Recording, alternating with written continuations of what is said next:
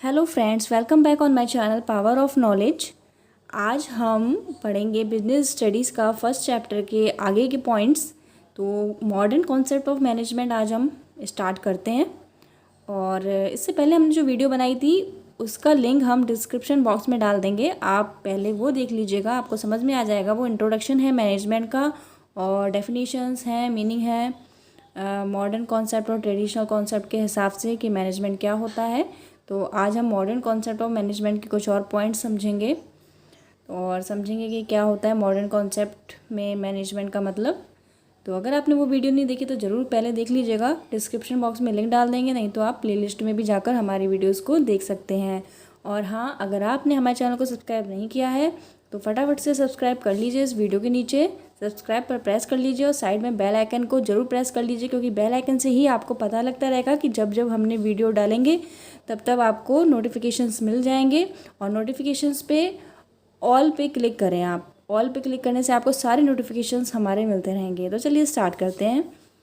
तो यहाँ पे देखिए, जैसा कि आपके सामने लिखा हुआ है, according to modern concept. Modern concept के हिसाब से क्या होता है, मैनेजमेंट क्या चीज़ है।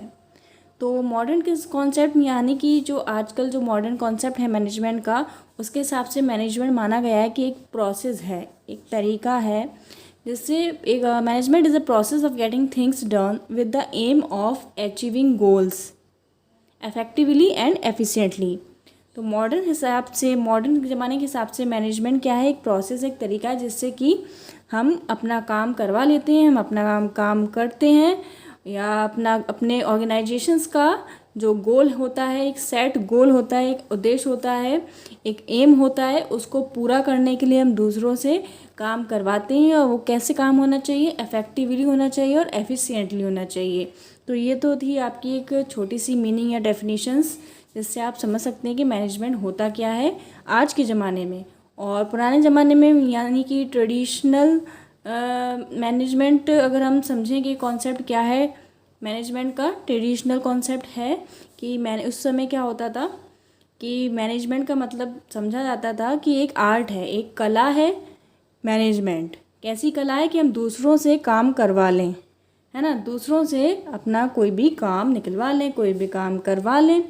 तो एफ़र्ट्स करना पड़ता था हमें उस काम के लिए, दूसरों से हमें काम कराने के लिए क्या करना पड़ता, कुछ एफ़र्ट्स करने पड़ते थे। हम ऐसे ही नहीं करा पाते थे, क्योंकि उस समय ना तो इतनी जानकारी थी, ना कोई इतना सिस्टम था, ना कोई इतने लेबर्स थी समझदार जो अपने आप ही समझ जाए एक बार में। तो इतनी क्वालिफाई भी लेबर नहीं थी, तो हमें एफ़र्ट्स लगाना पड़ता था काम कराने के लिए। लेकिन आजकल का मैनेजमेंट की मीनिंग जो है मॉडर्न कॉन्सेप्ट के हिसाब से पूरी बदल चुकी है। तो आजकल समझा जाता है कि मैनेजमेंट जो है एक प्रोसेस है, एक तरीका है जिससे कि हम अपना काम करवा लेते हैं, अपने ऑर्गेनाइजेशंस का, अपने बिजनेस का, कोई भी काम हो, स्कूल का, बिजनेस का, ऑर्गेनाइजेशन का, आप कोई भी काम करते हैं तो आपका काम का कुछ उद्देश्य होता होगा। ऐसे ही तो काम करते नहीं है, हर काम का कोई एक उद्देश्य होता है, एक गोल होता है, उस गोल को पूरा करने के लिए। और फिर वो गोल को पूरा करने के लिए काम कैसे किया जाता है, इफेक्टिवली और एफिशिएंटली। तो इस डेफिनेशन में आप समझ रहे होंगे कि यहाँ पर ये देखिए, management is a process. Process word जो आया है, आप देख सकते हैं यहाँ पे जो प्रोसेस है, तो ये प्रोसेस का मतलब क्या होता है। और उसके बाद अचीविंग गोल, अचीविंग गोल का मतलब क्या होता है, और इफेक्टिवली एंड एफिशिएंटली का मतलब क्या है। तो हम डिटेल में ये 3 पॉइंट्स क्लियर कर लेते हैं। तो पहला पॉइंट है प्रोसेस। प्रोसेस का मतलब क्या होता है, तो एक बार हम रीड कर लेते हैं।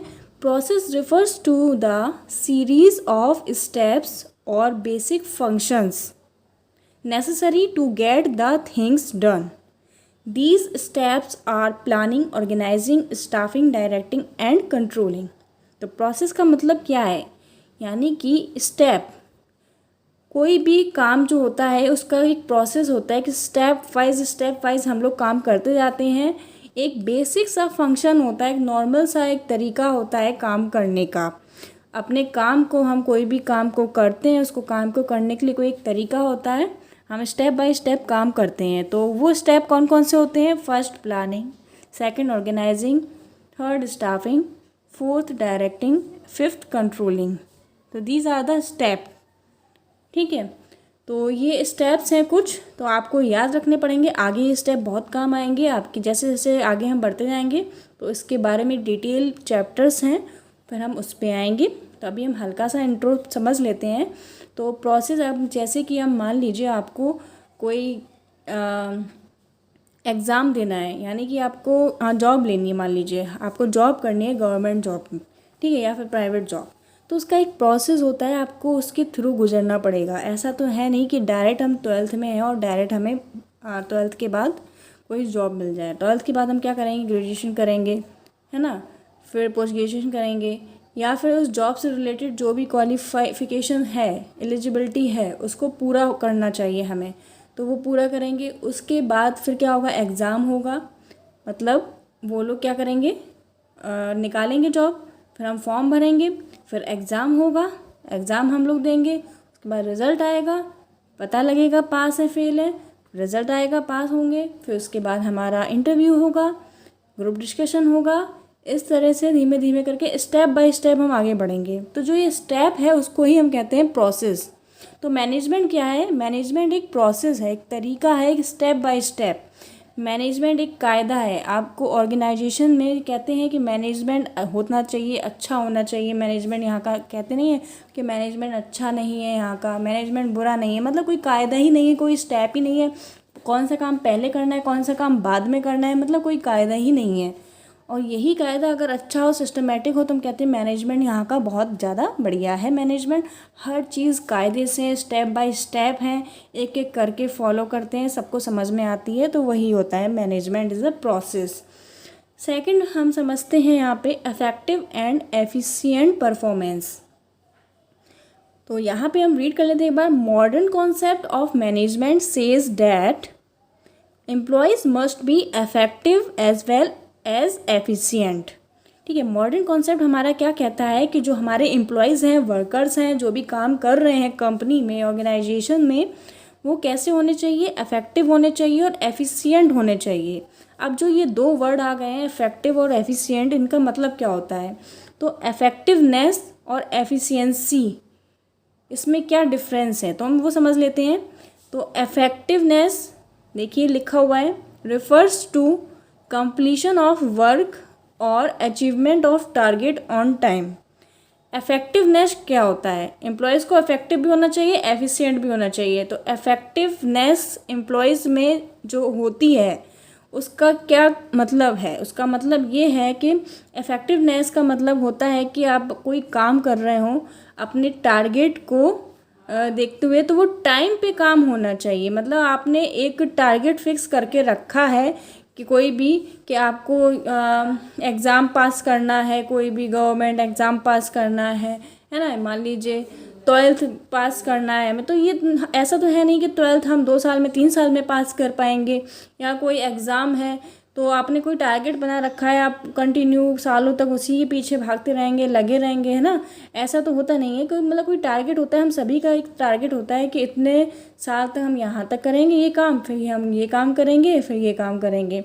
तो उस टारगेट में काम करना चाहिए। अगर टारगेट में काम नहीं होता है तो इसका मतलब क्या है, वो एफिशिएंसी नहीं है, इफेक्टिवनेस नहीं है ना, इनफेक्टिव वे में काम हो गया, मतलब इफेक्टिवनेस नहीं है।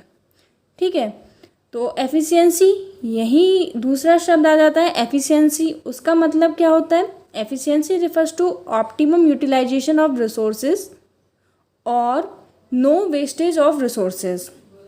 यानी कि जो रिसोर्सेज हैं हमारे आसपास, जो चीज़ें हैं, जो रिसोर्सेज हैं, तो उनका यूज़ अच्छे से करना और बिना वेस्ट किए यूज़ करना। मतलब वो उस रिसोर्स को हम वेस्ट ना करें, उनका अच्छे से यूज़ करें उस काम में, है ना। तो अगर अच्छे से यूज़ करेंगे तो क्या होगा, फ़ायदा ही ऑर्गेनाइजेशन के लिए, हमारा वेस्ट नहीं जाएगा सामान। जैसे कि both are must for every organisation, तो ये दोनों ही ऑर्गेनाइजेशन के लिए बहुत ज़रूरी है। एग्जाम्पल के हिसाब से हम समझते हैं, लिखा हुआ है इसमें, if the annual target of a worker is to produce 1000 unit of output. ठीक है, तो एक मतलब कि एनुअल टारगेट किसी वर्कर का, जो सालाना का टारगेट है उसने रखा है, क्या रखा है कि वो 1000 खिलौने या 1000 कोई आइटम्स बनाता है, तो वो 1000 बनाएगा एक साल के अंदर। उसने अपना टारगेट फिक्स किया है कि हर साल वो 1000 अपने खिलौने निकालेगा। तो the employees achieve this target by wasting various resources and by mishandling the machinery, then the organization will have no benefit. So only effectiveness is not required, it must accompanied by efficiency. इसका मतलब क्या है? इसका मतलब है कि अगर हमने टारगेट जो रखा है 1000 हम बनाएंगे तो वो बढ़िया है, वो हमने एक टाइम पे अपना टारगेट रख दिया तो वो क्या हो गया, वो तो इफेक्टिवनेस हो गया, आपका इफेक्टिव हो गया, इफेक्टिव वे में आप काम कर रहे हैं कि हमने ये टाइम रखा है कि 1 साल में हम इतने बनाएंगे तो बनाएंगे। तो वो अगर आपने 1 साल के अंदर बना लिए 1000 तो ये कहलाया जाएगा इफेक्टिव, है ना, इफेक्टिव वे में आप काम कर रहे हैं। अगर 1000 नहीं बना पाए आपने कहा और कभी नहीं बना पाए और आपने उससे बहुत ही ज़्यादा कम बनाए, 1000 के आसपास तो चलेगा, चलो 1000 से बहुत ही ज़्यादा कम बनाए यूनिट्स, तो वो क्या कहलाया जाएगा, इनइफेक्टिव, है ना। अगर यही चीज़ अगर हम कम रिसोर्सेज में ज़्यादा चीज़ें बनाएं, मतलब कम वेस्ट करें, जो सामान जितना है हमारे पास टॉयज़ बनाने में जो सामान लग रहा है या फिर जो इलेक्ट्रिक लग रही है, जो भी चीज़ें लगती हैं, फ्यूल लग रहा है, जो भी चीज़ें फैक्ट्री में यूज़ हो रही हैं, रॉ मटेरियल्स उस सामान को बनाने के लिए, उस आइटम को बनाने के लिए, तो वो अगर हम कम यूज़ करें, उसका वेस्ट कम करें, मतलब वेस्ट ना करें, ना कि बराबर करें, और ज़्यादा आउटपुट हम दें, आउटपुट ज़्यादा निकालें, ठीक है, तो वो क्या कहलाया जाता है, वो कहलाया जाता है एफिशिएंट वे में हम काम करें। अगर ऐसा होगा कि हम मान लीजिए बहुत ज़्यादा वेस्ट कर रहे हैं सामान को, हमें कैसे ना कैसे बनाना है 1000 यूनिट 1 साल में, तो हमने कैसे ना कैसे तो बना दी 1000 यूनिट। अब 1000 यूनिट वो बनाने के लिए हमने जो सामान लगाया उसमें उसको हमने इतनी बुरी तरह उसका वेस्ट किया कि मतलब कंपनी का घाटा हो गया। मतलब जो उसकी कॉस्ट थी, जो हमने लगाई उस बनाने में, उस सामान को बनाने में, तो वो ज़्यादा लग गई और हमारी जो सेल की कॉस्ट है वो कम है, तो घाटा तो होना ही है। तो जो हमारे पास जो कॉस्ट हमने लगाई है उस सामान को बनाने में, तो वो इतनी कम होनी चाहिए, तभी तो हम सेलिंग प्राइस ज़्यादा रख सकते हैं। तो एफिशिएंसी होनी चाहिए उस चीज़ में, ठीक है। अब आप देखिए इसमें लिखा हुआ है मशीन का क्या कर रहे हैं, मिस हैंडलिंग कर रहे हैं, मशीन को अच्छे से यूज़ नहीं कर रहे हैं, मिस हैंडलिंग कर रहे हैं, है ना, उसकी हिफाजत नहीं कर रहे हैं मशीन की, जो मशीन आपकी बनाती है यूनिट्स।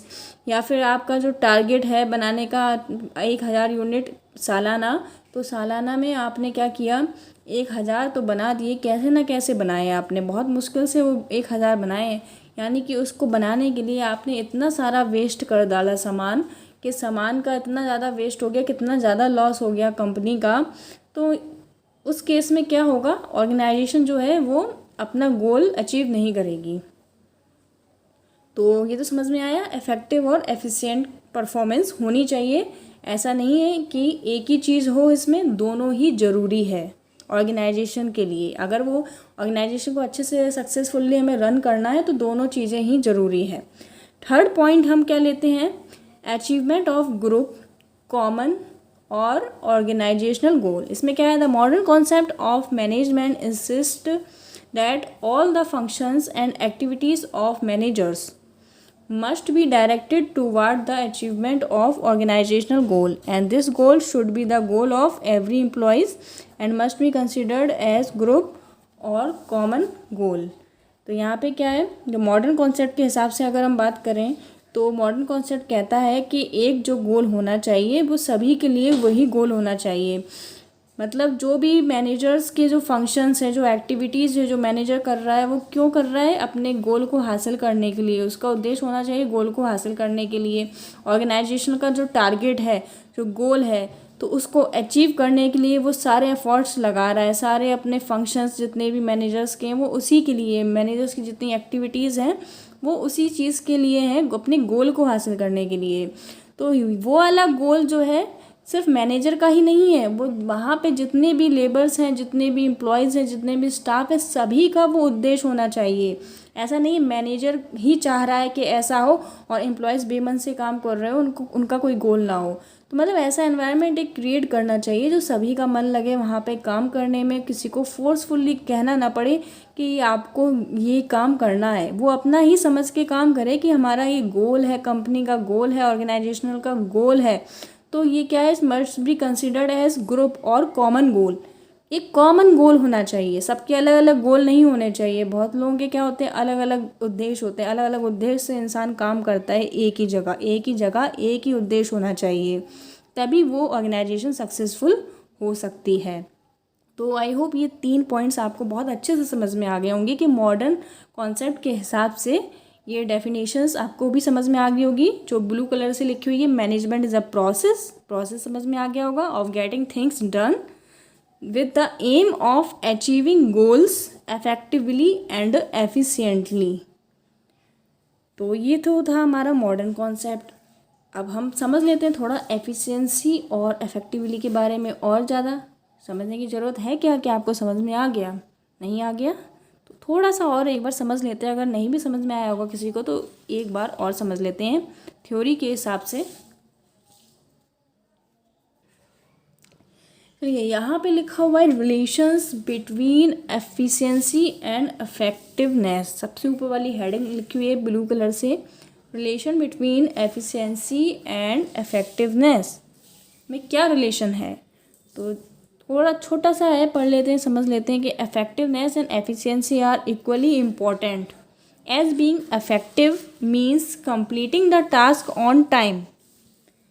ठीक है, इफेक्टिवनेस और एफिशिएंसी बराबरी ही अपने इम्पोर्टेंस रखते हैं। दोनों ही दोनों ज़रूरी हैं, बराबर ही दोनों ज़रूरी हैं और इक्वल हैं, बराबर हैं, कोई कम कोई ज़्यादा ऐसा नहीं है। दोनों नहीं, एक अगर इसमें से एक नहीं होगा तो सही ढंग से काम नहीं हो पाएगा। इफेक्टिवनेस होना चाहिए और एफिशिएंसी भी ज़रूरी है, बराबरी।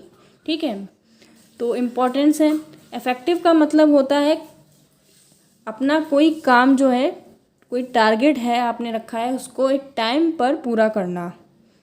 लेकिन यहाँ पर कंपनी में सिर्फ टाइम पर पूरा काम करना है, ऑर्गेनाइजेशन में टाइम करना, या किसी भी चीज़ में जहाँ पे मैनेजमेंट है ढंग से वहाँ पे टाइम पे काम करना, पूरा सिर्फ यही उद्देश्य नहीं है। उद्देश्य ये होना चाहिए कि टाइम पर तो हो, पर उस टाइम के बाद साथ साथ में उस वेस्टेज का यूज़ ना हो, मतलब रिसोर्सेज का जो वेस्ट ना हो। मतलब रिसोर्सेज जो हम यूज़ कर रहे हैं उस, चाहे वो कोई चीज़ प्रोडक्शन कर रहे हों, चाहे कोई भी काम कर रहे हो, तो मतलब टाइम के साथ साथ हमें ध्यान देना चाहिए कि वो इतनी अच्छी तरीके से होना चाहिए, बढ़िया ढंग से होना चाहिए कि कम रिसोर्स में ज़्यादा आउटपुट देना। हमने रिसोर्स तो कम लगाए हैं लेकिन उससे हमें ज़्यादा बेनिफिट मिल जाए। ठीक है, कहते नहीं कम रुपए लगाने पर ज़्यादा प्रॉफिट होना, इस तरीके से समझ सकते हैं आप। तो यहाँ पे वो होती है हमारी इफ़ेक्टिवनेस। एफिशिएंसी कहलाई जाती है टाइम पर काम करना जो हमारा टारगेट है। इफेक्टिवनेस कहलाई जाती है कम रिसोर्सेज में ज़्यादा आउटपुट। तो effectiveness and efficiency together lead to higher profit and prosperity of an organisation. Effectiveness और एफिशिएंसी अगर साथ में होगी तो क्या होगा, ऑर्गेनाइजेशन का ज़्यादा प्रॉफिट होगा, ऑर्गेनाइजेशन की ज़्यादा प्रॉस्पेरिटी होगी। And failure of organisation is due to inefficiency and effectiveness. और जो फेलियर होगा ऑर्गेनाइजेशन का, ऑर्गेनाइजेशन अगर फेल होती है तो किस वजह से होगी, इनएफिशिएंसी। इसी का उल्टा कर दें, एफिशिएंसी और इफेक्टिवनेस का उल्टा कर दें, इनएफिशिएंसी और इनइफेक्टिवनेस। तो ये बात हो गया इफेक्टिवनेस और एफिशिएंसी के बारे में। जिसको डाउट होगा थोड़ा सा भी क्लियर हो गया होगा। बहुत ही इजी लैंग्वेज है इंग्लिश में भी। तो ये नीचे आप देख रहे होंगे कैरेक्टरिस्टिक्स और फीचर्स ऑफ मैनेजमेंट, ये हम समझेंगे नेक्स्ट वीडियो में। इसके ऊपर बहुत सारे पॉइंट्स हैं तो बात करेंगे नेक्स्ट वीडियो में। तो फ्रेंड्स अगर अच्छी लगी हो वीडियो तो लाइक ज़रूर करें, सब्सक्राइब कर लें चैनल, क्योंकि ऐसी ही वीडियो आपको अब रेगुलर मिलती रहेगी। और बेल आइकन को तो प्रेस करना बिल्कुल भी ना भूलें, क्योंकि उसी से आपको पता लगता रहेगा कि हमने वीडियो कब डाली। इससे आपको पता लगते रहेंगे ना, हमारे नए नए वीडियोस के नोटिफिकेशंस आपको मिलते रहेंगे। तो चलते हैं नेक्स्ट वीडियो में, तब तक के लिए take care, bye bye and thanks for watching my channel power of knowledge.